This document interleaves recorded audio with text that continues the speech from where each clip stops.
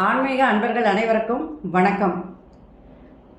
உங்களெல்லாம் இந்த ஆன்மீக சேனல் மூலியமாக சந்திக்கிறதுல நான் ரொம்பவும் சந்தோஷப்படுறேன்.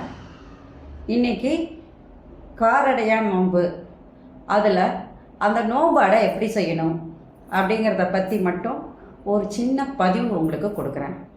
பெரிய விஷயம் ஒன்றும் இல்லை.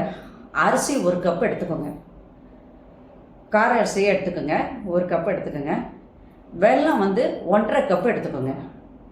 காராமணி கடலை இருக்கு இல்லையா, அது 1 ஸ்பூன் எடுத்துக்கோங்க, போதும். 1 ஸ்பூன் போதும் உங்களுக்கு. தேங்காய் துருவல் ஒரு அரை முடி இல்லை 1 முடி தேங்காய் துருவல் எடுத்துக்கோங்க. ஏலக்காய் ஒரு 4 தண்ணி ஒரு 1.5 கப் எடுத்துக்கோங்க தண்ணி. நெய் ரொம்பலாம் வேணாம், 1 ஸ்பூன் எடுத்தால் போதும். முதல்ல காராமணியை நீங்கள் என்ன பண்ணணுன்னா நல்லா வறுத்துட்டு, அதுக்கப்புறம் நான் இப்போ உங்களுக்கு தெரியும் காராமணி எப்படி வேக வைக்கணும்னு. நல்லா வறுத்துட்டு கழுவிட்டு அதுக்கப்புறமா நீங்கள் அதை வேக வைங்க. அதுக்கப்புறமா அரிசி எடுத்துருக்கீங்க இல்லையா, 1 கப் அரிசி, அந்த 1 கப் அரிசியை நல்லா ஊற வச்சுட்டு வடிச்சிடுங்க. வடிச்சிட்டு நல்லா காய வச்சுட்டு அதை மாவாக்கிடுங்க. மாவு பண்ணதுக்கப்புறம் மிக்சியில் போட்டு நல்லா மாவாக்கிடுவீங்க. அந்த மாவை நீங்கள் மறுபடியும் வறுக்கணும். நல்லா செவக்க வறுத்துட்டு தனியாக வச்சுக்கோங்க, கொஞ்சம் ஆறட்டும்.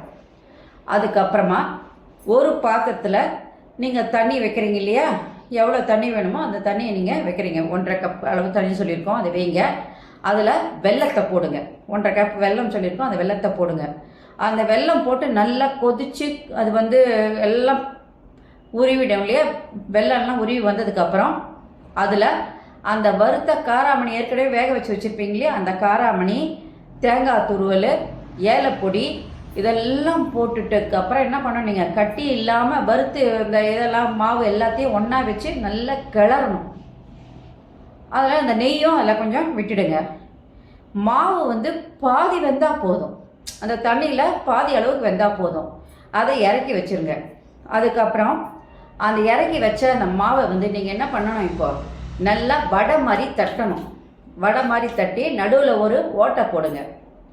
அந்த மாதிரி கொஞ்சம், அதாவது ரொம்ப சுட பண்ண முடியாது இல்லையா, கொஞ்சம் சூடு இருக்கும்போதே நல்லா தட்டி தட்டி ஒரு ஓட்டை போட்டு நல்லா ஒரு இடத்துல வச்சுருங்க. ஒரு இட்லி பாத்திரம் எடுங்க. அந்த இட்லி பாத்திரத்தில் கொஞ்சம் தண்ணி ஊற்றி அதுக்கு மேலே நீங்கள் இட்லி பாத்திரத்துக்கு மேலே என்ன பண்ணணும், நீங்கள் இட்லி ஊற்றுவீங்க இல்லையா, அதே மாதிரி இங்கே இந்த நீங்கள் தட்டி வச்சிங்களே வடை, அந்த வடையை நீங்கள் அது மேலே வச்சு வேக வைக்கணும். அந்த வேக ஆவியில் நல்லா வெந்ததுக்கப்புறம் வெந்துடுச்சான்னு பார்த்து நீங்கள் எடுத்து வைக்கணும். இதுதான் இந்த சாவித்திரி தேவி செய்த அடை. அதனால் இந்த கார அரிசி கொண்டு செய்த அடையினால்தான் கார அடையான் நோன்பு. ரொம்ப ஈஸியானது தான். நீங்கள் எல்லாருமே வீட்டில் அதை கண்டிப்பாக செய்யலாம். அதை செஞ்சு நீங்கள் பூஜை செய்யும்போது பலன்கள் உங்களுக்கு ரெட்டிப்பாக அமையும். அதனால் சுமங்கலிகளாக நம்ம இருக்கிறதுக்கு, சுமங்கலியாக இருக்கணும்னு தான் எல்லாரும் விரும்புவோம் இல்லையா. அதனால் சுமங்கலியாக, தீர்க்க சுமங்கலியாக நம்ம வாழணும் அப்படின்னு சொன்னால் கண்டிப்பாக இந்த நோன்பை நம்ம எடுக்கிறது எல்லா பெண்களுக்குமே, கன்னி பெண்களுக்கும் சரி, திருமணமாகி இருக்கின்ற சுமங்கலி பெண்களுக்கும் இந்த நோன்பு ஒரு வரப்பிரசாதமாக அமையும். அதனால் எல்லாரும் இதை எடுத்துக்கோங்க.